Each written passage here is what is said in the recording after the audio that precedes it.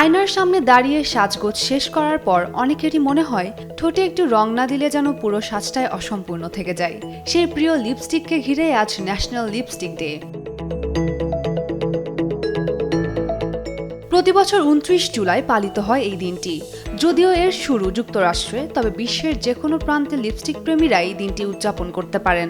Lipstick এখন শুধু সৌন্দর্য বাড়ানোর প্রসাধনী নয়, অনেকের কাছে এটি আত্মবিশ্বাসের প্রতীক, আবার কারো কাছে নিজের ব্যক্তিত্ব ও পছন্দ প্রকাশের একটি মাধ্যম।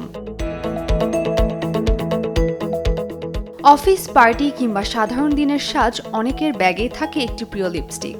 লাল, গোলাপি, নুড, বাদামি কিংবা গাঢ় ম্যাট, প্রতিটি রঙেরই রয়েছে আলাদা আবেদন। বসুন্ধরা ডায়াপেন্ট এখন আরো উন্নত।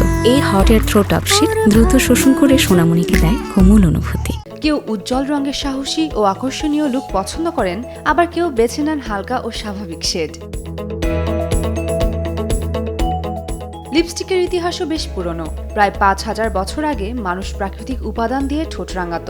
1912 সালে নারী ভোটাধিকারের আন্দোলনে অংশ নেওয়া অনেক নারী লাল লিপস্টিক ব্যবহার করেছিলেন সাহস ও প্রতিবাদের প্রতীক হিসেবে। দ্বিতীয় বিশ্বযুদ্ধের সময়ও মানুষের মনোবল ধরে রাখতে লিপস্টিকের গুরুত্ব ছিল। সে সময় ব্রিটিশ প্রধানমন্ত্রী উইনস্টন চার্চিল লিপস্টিকের উৎপাদন চালু রাখার পক্ষে ছিলেন।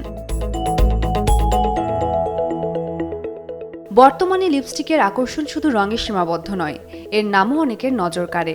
বিভিন্ন ব্র্যান্ড মজার ও আকর্ষণীয় নামে বাজারে আনে নানা শেড। কোনোটি কোমল পিঙ্ক, কোনোটি নুড, আবার কোনোটি উজ্জ্বল লাল। প্রতিটি রঙের রয়েছে আলাদা পরিচয় ও আবেদন।